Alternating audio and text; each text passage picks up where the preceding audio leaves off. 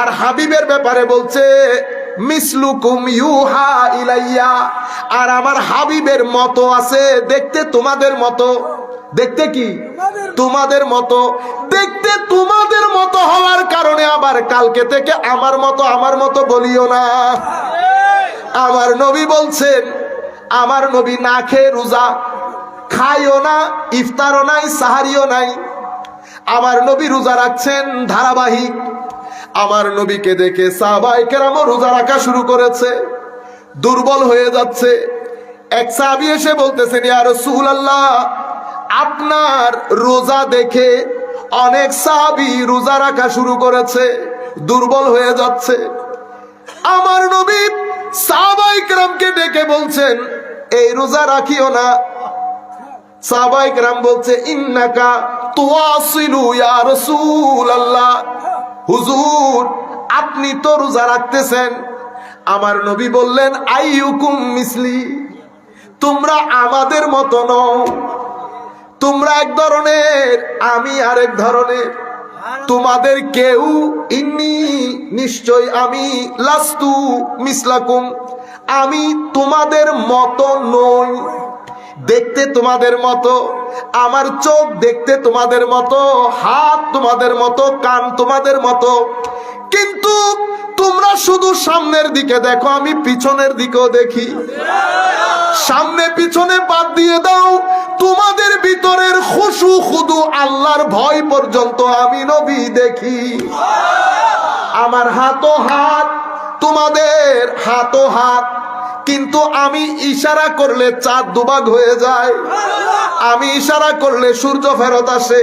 সুতরাং আমার হাত দেখতে তোমাদের মতো মনে হলেও হাত তোমাদের মতো না। আমার সিনাও সিনা, তোমার সিনাও সিনা, কিন্তু তুমি জানো এই ছোট্ট জায়গার মধ্যে আমি কি কাজ করেছি? কি কাজ?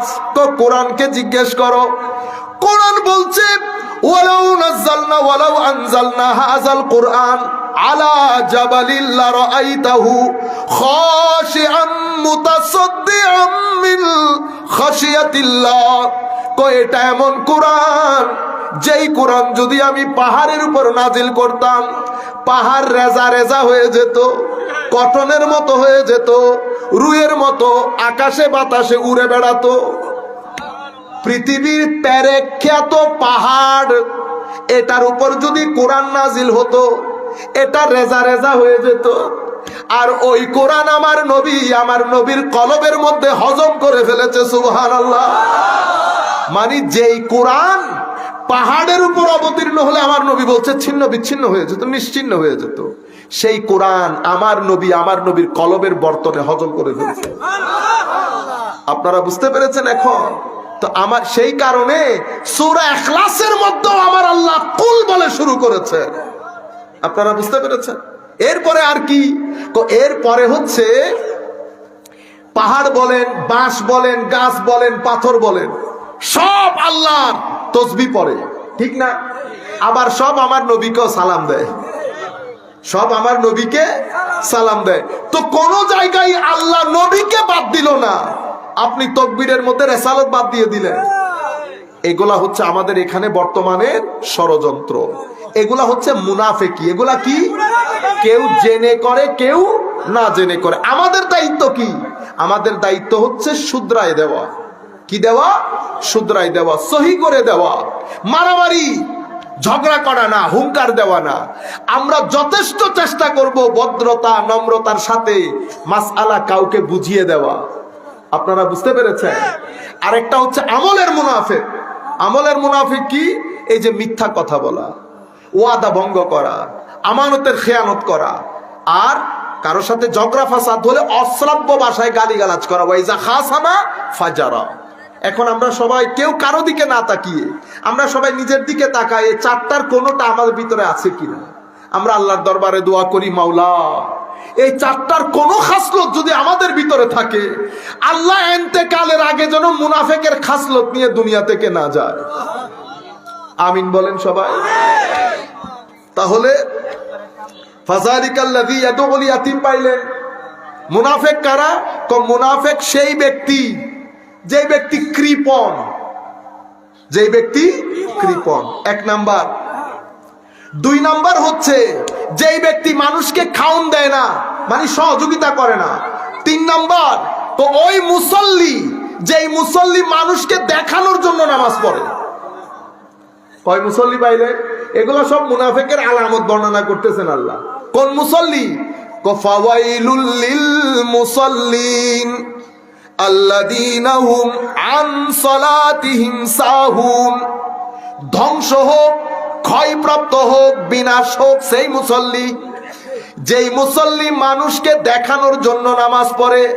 আল্লাযীনা হুম আন সালাতিহিম সাহুন, যেই মুসল্লি নামাজের রুকন আরকান আদাব কোনো কিছুর খেয়াল করে না, তোয়াক্কা করে না, মানুষকে দেখানোর জন্য নামাজ পড়ে, সেই মুসল্লি ধ্বংসপ্রাপ্ত হোক।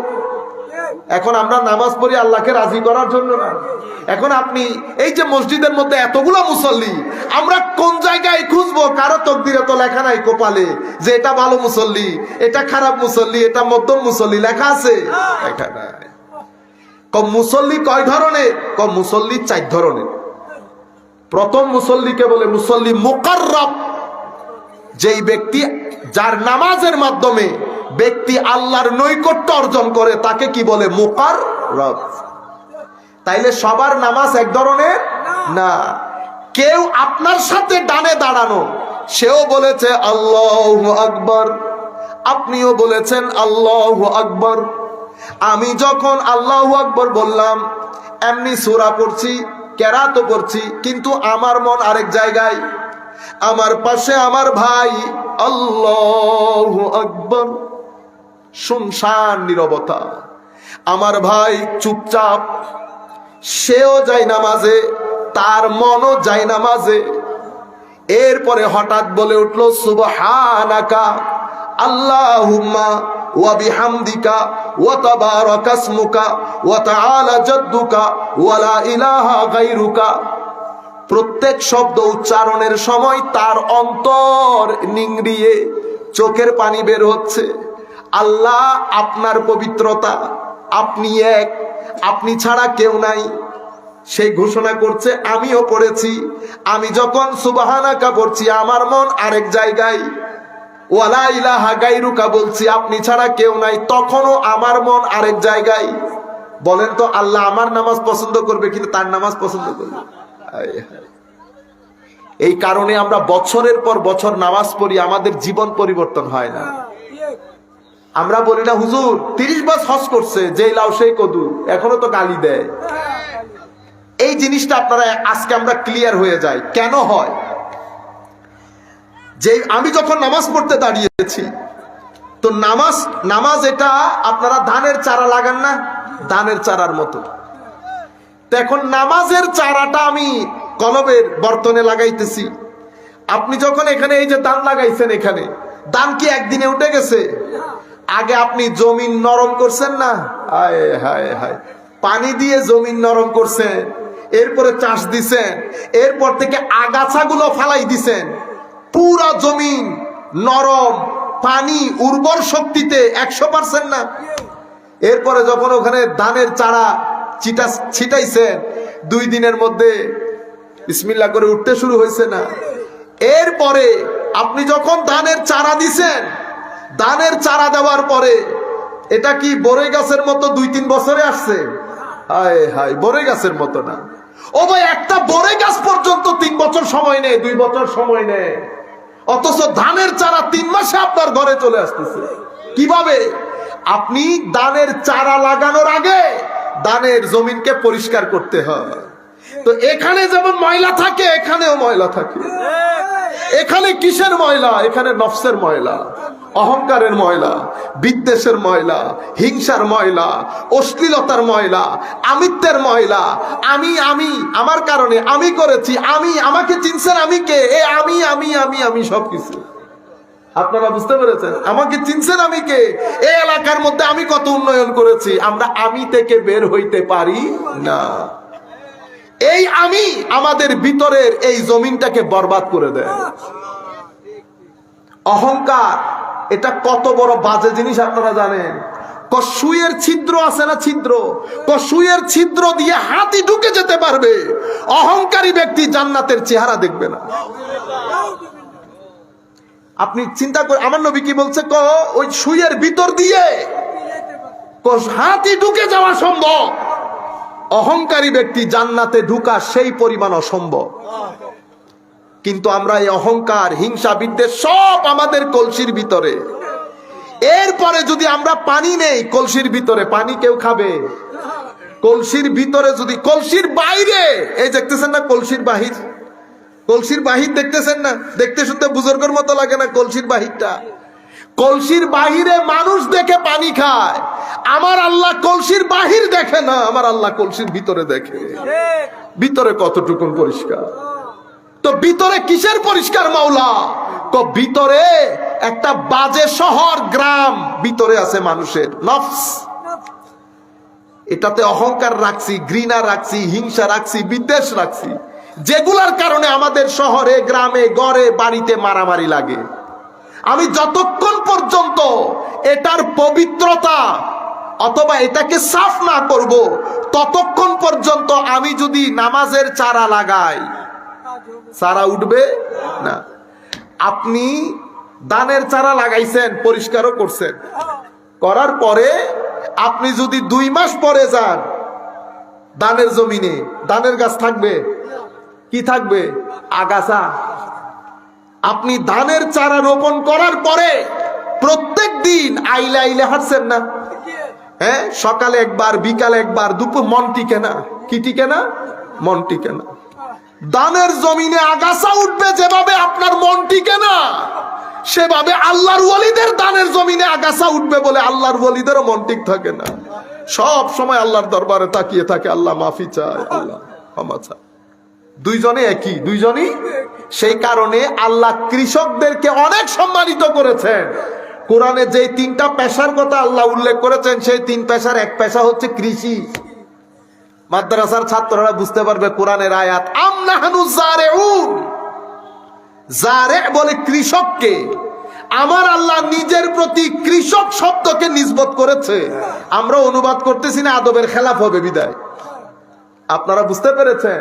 এবার কৃষক কত বড় জিনিস বুঝতে পারেন, কিভাবে আল্লাহ তাদেরকে সম্মানিত করেছেন। আপনারা বুঝতে পেরেছেন? তাহলে আপনি প্রত্যেক দিন আইলে আইলে ঘুরছেন, যে আগাছা দেখতেছেন বিসমিল্লাহ করে তুলে ফেলে দিচ্ছে। ধান যখন উর্বরতা পূর্ণ ধানের উপরে লাগে, ধান ছাড়া হু হু করে বেড়ে 3 মাসের মধ্যে ধান আপনার ঘরে। ঠিক একইভাবে আপনি যখন এখানেও খেদমত করবেন, এটার পিছনে লেগে থাকবেন, তো আপনার নামাজ মুহূর্তের মধ্যে পরিবর্তন হতে থাকবে। আগে রুকুতে মন বসতো না, এখন রুকুতে মন বসবে। তখন বুঝতে পারবেন সিজদার যে একটা মজা আছে। আমার নবী হাদিসে পাকের মধ্যে বলছেন, যেই ব্যক্তি নিজের চোখ হেফাজত করবে 1 সপ্তাহ, কয় সপ্তাহ? 1 সপ্তাহ যেই ব্যক্তি নিজের চোখের হেফাজত করবে, আমার আল্লাহ তাকে নামাজে সিজদার রুকুর যোগ দান করবেন। সে বিরিয়ানিতে যেরকম জিহ্বায় মজা লাগে, সেই মজা নিয়ে নামাজ আদায় করতে পারবে 1 সপ্তাহ যেই ব্যক্তি চোখের হেফাজত করবে। তো এখন সুবহানাকা বলার পরে আমার মন নাই, আমার আল্লাহ চেয়ে আছেন বান্দা বল কি বলবি। আমার আল্লাহ বলছে বান্দা বল কি বলবি। বান্দা জায়গার মধ্যে নাই, বান্দা তো ঘরে, বান্দা ব্যবসা প্রতিষ্ঠানে। বান্দা কিছু বলবি, বান্দা কিছু বলবি। প্রাইম মিনিস্টারের অফিসে ফোন দিছেন, কতক্ষণ পরে প্রাইম মিনিস্টার কল ব্যাক করছে, 1 বার 2 বার 3 বার, আপনি আর জায়গায় নাই। এরপরে যদি প্রাইম মিনিস্টারের অফিসে কল দেন, আর ধরবে না। সিম্পলি আপনাকে বলে দেবে আপনার টাইম ফিনিশ, আপনাকে 3 বার কল দেওয়া হয়েছে। এখন এই ব্যক্তি নামাজ আদায় করছে, সে তো রুহানি ভাবে বেয়াদবি করে ফেলেছে। আমার আল্লাহর সাথে বেয়াদবি হয় নাই। আপনি যখন দাঁড়াবেন, আমি আপনাকে জিজ্ঞেস করব, হ্যাঁ বেটা বলেন। তা আপনি যদি আমাকে প্রশ্ন করেন ওইদিকে তাকিয়ে, আমি কি বলবো? না বেটা আপনি এখানে তাকিয়ে কথা বলেন, এটা বেয়াদবি। তো এখানে হলে যেমনে বেয়াদবি, নামাজের মধ্যে কি হয়? বেয়াদবি হয়। এবার আপনার পাশের ভাই, সে যখন সুবহানাকা বলেছে, আমার আল্লাহ খুশি হয়েছেন, আল্লাহর পবিত্রতা বর্ণিত হয়েছে। এই ব্যক্তি যখন বললেন ওয়ালা ইলাহা গায়রুকা, মওলা আপনি ছাড়া আর কোন ইলাহ নাই, তখন আমার আল্লাহ বলেন বান্দা কি বলবি বল। আপনি শুরু করলেন আলহামদুলিল্লাহি রাব্বিল আলামিন। আপনি বললেন আল্লাহ সমস্ত প্রশংসা আপনার। আমার আল্লাহ বলেন কুল কায়নাতের ফেরেশতা, আমার আল্লাহ বলেন দেখছো নি আমার বান্দা কিভাবে আমার প্রশংসা করেছে, হামিদানি আব্দি। এরপরে আপনি বলেন আর রহমানির রহিম। এটা শোনার পরে আমার আল্লাহ বলেন দেখছো নি বান্দা আমারে কিভাবে দয়ালু বলতেছে। এরপরে আপনি বলেন মালিক ইয়াউমিদ্দিন। আমার আল্লাহ বলেন মাজ্জাদানি আব্দি, আমার বান্দা আমারে কত বড় করে তুলেছে। এটা আল্লাহর বান্দার মধ্যে কথাবার্তা হচ্ছে। সেই জন্য আমাদের বুজুর্গ আলী দিন সুফিয়া আল্লাহর ওলিরা বলেছেন সূরা ফাতিহা যখন নামাজের মধ্যে পড়বা ভেঙে ভেঙে পড়ো, একসাথে পড়িও না। কারণ আমার প্রত্যেক কথার জবাবে আল্লাহ একটা উত্তর দান করেন। আমি যদি আল্লাহকে উত্তর দেওয়ার সুযোগ না দেই তাইলে জিনিসটা সুন্দর লাগে না। এই কারণে দেখবেন আল্লাহর ওলি বুজুর্গরা যখন নামাজ পড়ে আমাদের মতো হু হু করে পড়ে না, তারা স্থিরতার সাথে আলহামদুলিল্লাহি রাব্বিল আলামিন চুপ করে থাকে। আল্লাহর আওয়াজ, অনেক মানুষ পৃথিবীর জমিনে আল্লাহ সৃষ্টি করছে, যাদেরকে আল্লাহ কান দিয়েছেন তারা কান দিয়ে ওই আওয়াজটাও শুনে। আর রহমানির রহিম চুপ করে থাকো, আমার আল্লাহর জবাব আসে মালিকি ইয়াউমিদ্দিন। এই নামাজ যখন হয় হাদিসে পাকের ভাষ্য মতে এটা নামাজ না, এটা মেরাজ হয়। আল্লাহ আর বান্দার মাঝে আজীব এক সাক্ষাৎ। আল্লামা ইকবাল বলছেন আজা আজল সে তেরি ইশক কা এক তারানা বনি, नमाज तेरे नजर का एक बहाना बनी। রোজে আজল থেকে আজান আশেকদের জন্য আল্লাহ পাওয়ার একটা গান।